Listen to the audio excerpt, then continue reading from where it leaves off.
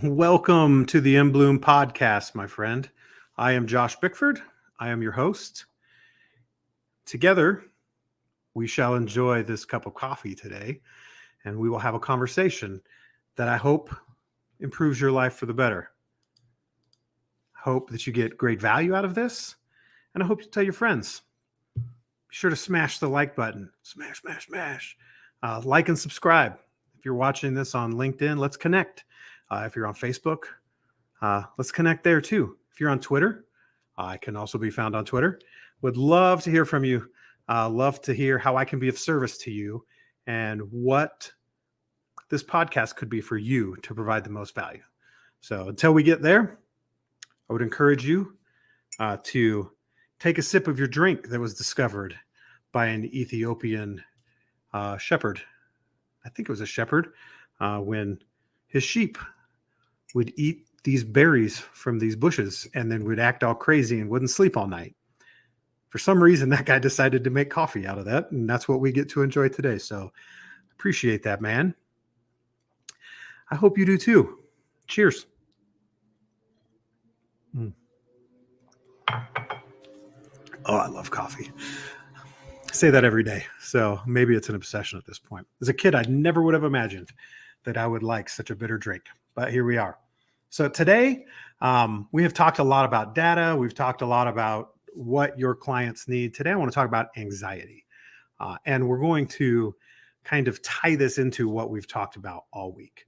So if you are somebody who suffers from anxiety, or if you're somebody who really lives in your brain, if you ever read about the Enneagram, or you're familiar with that, you know, they'll talk about head people, heart people, and gut people. And that's kind of where you operate your life from.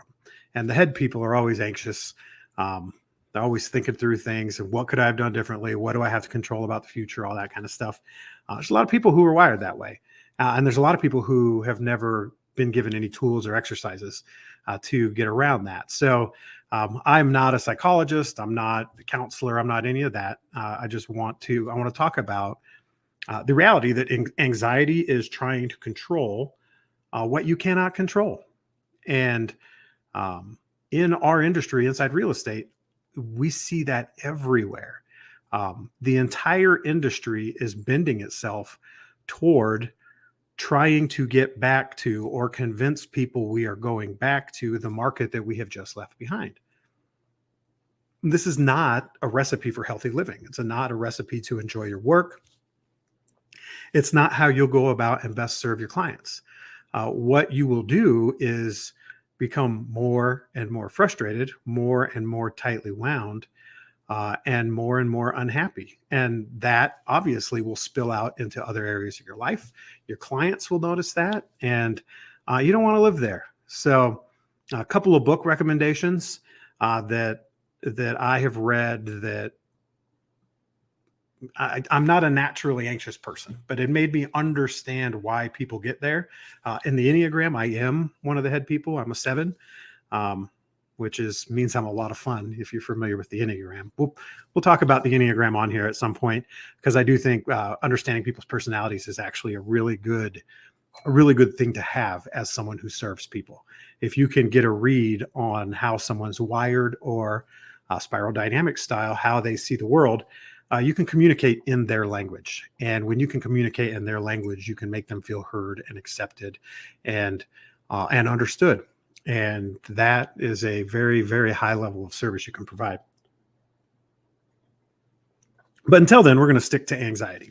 And Eckhart Tolle is a guy that I would highly recommend reading. The book of his that I like the most is called A New Earth. It's the second book. It's the first. I think the first one's called The Power of Now. You're not going to understand the second one without reading the first one. And the first one for me was kind of textbookish. It was a slog to get through it. But Eckhart Tolle is all about being present and accepting what is. So I have a quote right here. I'm going to read you. He says, "Accept, then act. Whatever the present moment contains, accept it as if you had chosen it. Always work with it, not against it. Make it your friend and ally, not your enemy. This will miraculously transform your whole life. He is absolutely right with that. When something changes, when something doesn't happen, when something good or bad, when it happens, if you just accept it as is and don't try to fight it, that that's a complete life changer. And I don't mean, you know, if you go to the Water Boy and he tells his mom that a gorilla escaped from the zoo and punched him in the face, and that's how he ended up with the black eye, and it wasn't because he was playing football. I don't mean like that, and I don't mean to let people take advantage of you and all that. But let's go to real estate. The market completely shifted. The Federal Reserve changed their monetary stance. They changed what they're doing. That changes our entire industry, and there is nothing that you can do to cause our industry to go back, to change the market conditions, to change market forces, to change interest rates. You didn't have anything to do with the pandemic. You didn't cause that. You weren't part of speeding it up or slowing it down. It was way beyond anything any of us could control. What the Federal Reserve has done since 2008, none of us can control unless you're somebody, unless you were part of all that Federal Reserve policy. And in that case, if you're watching this, you stink at your freaking job. Anyway, I don't know why I said that.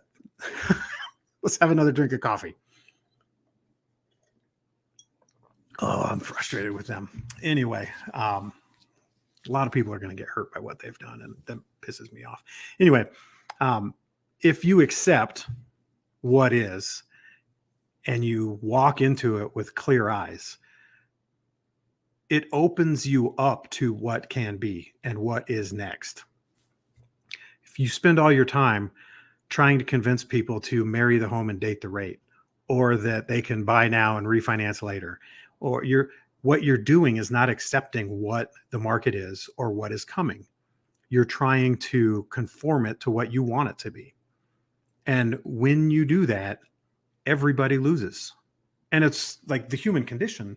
We all want to do that. You know, if you've got a friendship that's on the rocks, very few people want to lean into that and have that hard conversation. If your business is not doing well, you know, who wants to sit down with someone and discuss why it's, and maybe you get to the point where it's like, well, I'm trying to get myself to a place where we can make people think that the market is what it used to be, but it's not. And I don't want to do all the work for me to figure out what's coming. Or, you know, it was so easy for the last few years and I made a ton of money and it was awesome. And I don't want to have to work this hard. You know, like there's a lot of people who are going to find themselves in those places. If you go back 2016, my wife and I celebrated our 15th anniversary, and I was a mortgage broker at the time. I didn't know at the time, I didn't think that I really liked what I was doing, but I didn't know that I was deeply, like, in my bones unhappy. I figured that out later. And we went away, and we lived in Atlanta at the time, and we looked at going to Hong Kong or Vancouver for our anniversary. And we were like, whichever one of those airline tickets go on super sale, we'll just pick one of those, because they had both been kind of hitting all that kind of stuff. So Vancouver hit. So we went up to the San Juan Islands. If you don't know what those are, they're in the Puget Sound, north of Seattle. They're kind of right in between Victoria, Canada, and Seattle, Washington. It's the most likely, if you're on San Juan Island itself, it's the most likely place on the planet to see killer whales during the summer. It's unbelievably beautiful. We kayaked hoping to see killer whales in the water, and we never did. We saw a lot of jellyfish and bald eagles and all kinds of cool stuff, but absolute, like, I love the Pacific Northwest. And it's our only time we'd ever been up there, and it's just, we talk about that trip all the time. So we went to Seattle, and then we went to the San Juan Islands, and we went up to Vancouver, and we stayed in downtown Vancouver. And Vancouver is the most beautiful city in North America. I mean, just unbelievable, at least that I've been to. And then we went up to Whistler, and we went up into the mountains, and we went hiking, and we did all like unbelievable, amazing trip. The kind of thing that you would splurge on when you've been married for 15 years. You know, it was like a big deal for us. I was wound so tight and trying to mold myself into somebody else's business, um, so to speak, that it was 3 or 4 days into the trip before I finally unwound and could like enjoy what we were doing. And I'm having these unbelievable, I mean, the temperate rainforests there, the smell, the view, like kayaking on the Puget Sound, the currents that were there, just the trees everywhere. It was so beautiful, so relaxing and enjoyable. And just the stuff that dreams are made of. Like I'm so fortunate to have been able to do that. And I couldn't enjoy it because it was thinking about work, thinking about work, thinking about work. Who do I need to call? What's like going on and on and on. And it's horrible. And what I learned on that trip and kind of what I came home with was that I'd been lying to myself for years about what my mortgage business was about and what I was trying to achieve. I had convinced myself that I was, in fact, trying to provide a better life for my family. And as I kept asking myself that, I realized that it was a lie. It was my ego. Why I wanted to win. I wanted to get rich doing this or to be the number one person in my office. Well, now I worked with a bunch of superstars that I was never going to catch because they're just, when God made them, he pumped out mortgage brokers. Like they're unbelievable. They're so good at it. And that just wasn't me. That's not how I'm wired. I didn't have a problem telling people that they should work with someone they trust. If they didn't trust me, if I tried to fire them, they would always sign up with me and I'd get a bunch of referrals from their crazy friends. Like it's just the way that it was. But I started realizing I didn't want, like we'd sit in our meetings and everybody's businesses were really growing at that point. And, my wife and I are arguing a lot because we're, my laptop's out at the dinner table, and Saturdays I'm spending half the day working on this stuff because I can't keep up. And I had transformed on that trip. I'd sit back in the meeting and I was closing enough to live well. So it's not like I wasn't doing well, but I was living well and I was totally at peace. I'm meditating every day. I went and ran a marathon. My wife and I are totally happy. And, we'd get to me to, be accountable for what I'd done. I'm like, I'm on pace to close 4 deals. These guys are all 30, 40, 50. I'm going to close 4 deals this month. We're going to do this. And the look on everyone's face around me was unbelievable because it did not compute with how I was so happy, why I didn't have to try to beat them in my number of closings, and what it is that I had found, because it was very odd. And, I laugh a lot thinking back to those days because it was eventually I just started working from home. I stopped going to the meetings and then not long thereafter, I got recruited to join a startup. And that was like where I realized that I really wasn't happy deep down as a mortgage guy. Maybe anxiety. It definitely was. There was some anxiety in there for me, but what I learned was that I needed to stop trying to be something that I wasn't. And I needed to stop trying to control what I couldn't control. And I needed to stop letting other people decide what was best for me, so to speak. So I wrote a couple, let me read this. I wrote a couple of things down. Anxiety comes from trying to control what you cannot. Not many people are anxious about the weather, but we all know we can't control it. But a lot of people are anxious about the economy, thinking that you can, which doesn't, obviously when I say it that way, you're like, no, you can't control the economy. By choosing to accept without judgment what is, we can be a better service to our community and live a happier life. Both of those should be goals. We can help people make the right decisions, and we can see our clients, ourselves, and our businesses thrive. There is always an opportunity. If you think the only opportunity is with low interest rates, that's just not the way it is. As I've touched on this week, assumable mortgages they're available all over the place. Might be as much as 20, 30% of the entire market of homes that'll come available. Those all have low interest rates. So worrying about interest rates returning, you don't need to do. You need to learn about assumable mortgages. if you accept that the economy has shifted, if you accept that we're going to go through something that looks completely different than what we just came out of, if you accept that everything has changed, you can begin to build into what that's going to be.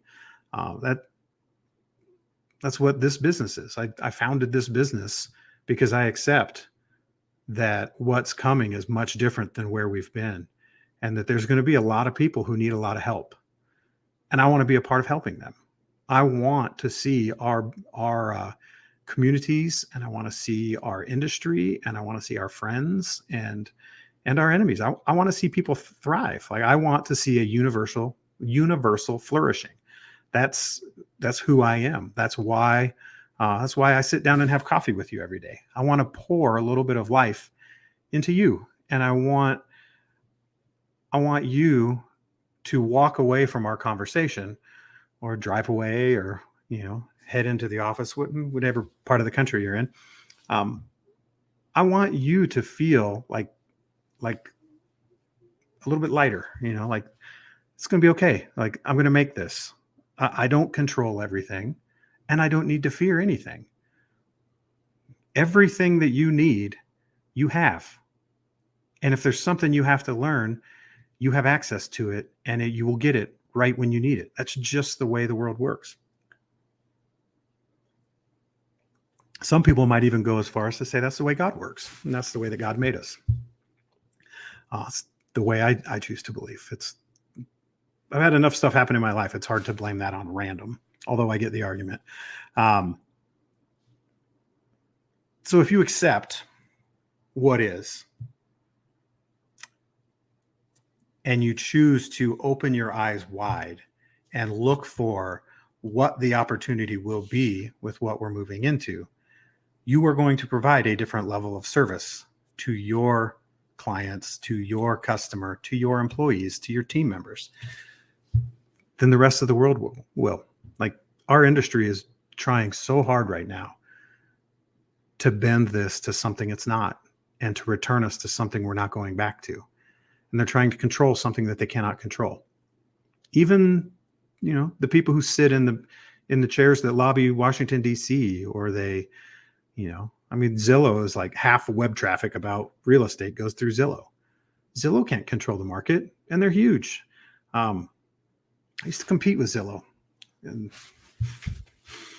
very interesting that time in my life. Anyway, a couple of exercises that I have found, if you are somebody who's prone to anxiety, if you're somebody who struggles with that, the thing that I have found in my life that works better than anything is simply walking. When I lived in Atlanta, which I miss this here in Colorado, I miss this about Georgia more than anything, other than the people. But my friends and family there, I miss terribly. But if I would go for a walk under trees, so we had a bike path near my house called the Silver Comet Trail, or I'd go up to Kennesaw Mountain. Both worked. I put headphones on, put one song on repeat, and just go for a walk for 30 minutes to an hour. I would get done with that walk, and it was like all my burdens had been lifted. I could see clearly what I needed to do the rest of the day. The most calming thing, I meditated a ton. Meditation has nothing for me on walking with a single song in my headphones. I try to do that here every day, preferably in the morning. But if you get off a phone call and somebody screams at you, go for a walk. Go walk around the building a couple of times. It will put you in a new headspace. That I cannot recommend highly enough, going for a walk.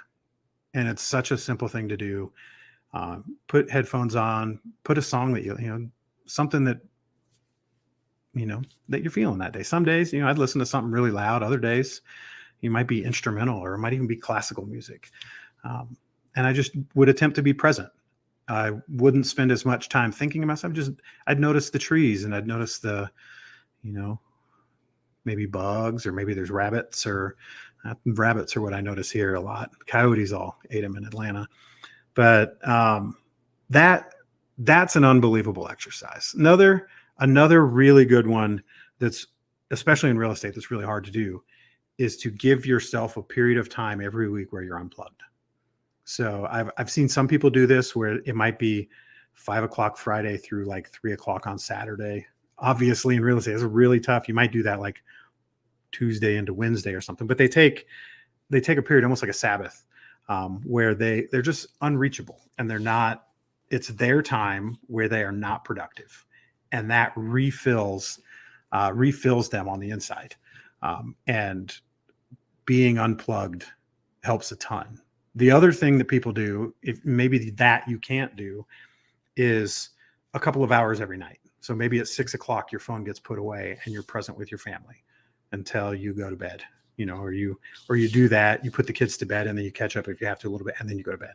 But you need to give yourself a few hours a day and about a day a week, however you can swing that, where you're not productive. It gives your brain time to rest. It gives I'm sure that there's dopamine and serotonin and all this other stuff, but it has a calming influence on you. And to know that you don't have to always go, you just go until you burn out and you can't go anymore. You don't want to do that.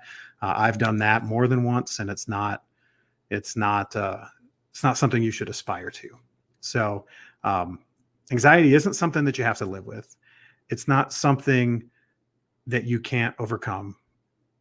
All you have to do is accept the fact that you're not in control of everything, which is the hard thing. But if you unplug a little bit, if you learn to accept things as they are, I've been fired before. I got fired. I was a used car salesman when I was really young. I hated that job. And the day that I got fired, I was made an example of, because there was a meeting nobody knew about and nobody went to it. So they fired me to make sure that people didn't do that again. And I accepted, right? I was like, I'm going to find something better. I hated this. And so it wasn't bad. Like it didn't really affect us. And my wife and I had bought a duplex for our first house. So, money wise, we were fine. But it was right before Christmas, our first Christmas being married. So there's that kind of stuff that we dealt with. But learn to accept what is. Approach everything with open eyes and understanding the abundance of opportunity that's out there.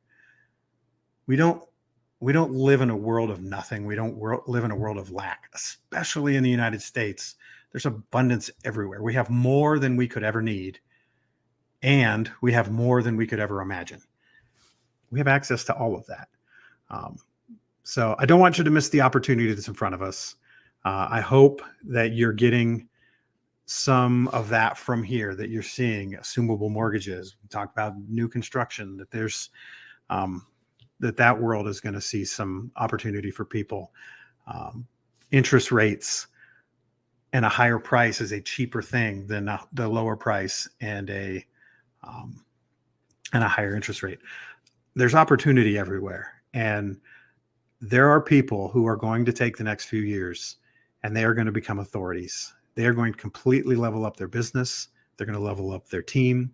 They're going to level up their name. They're going to level up their community. And they're going to be pillars of what the future of where you live is built on. That absolutely is going to happen.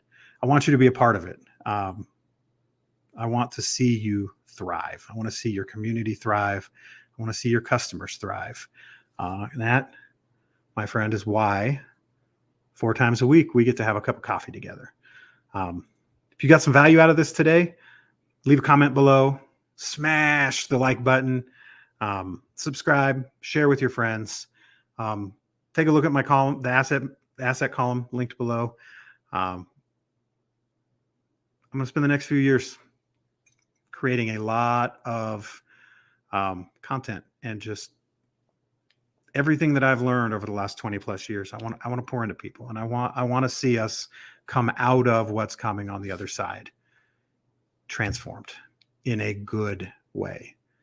Because in tough economic times, people get transformed the other way too. Not you. You're going to thrive. Until next time, I will see you next week. Have a fantastic weekend. This is inBLOOM.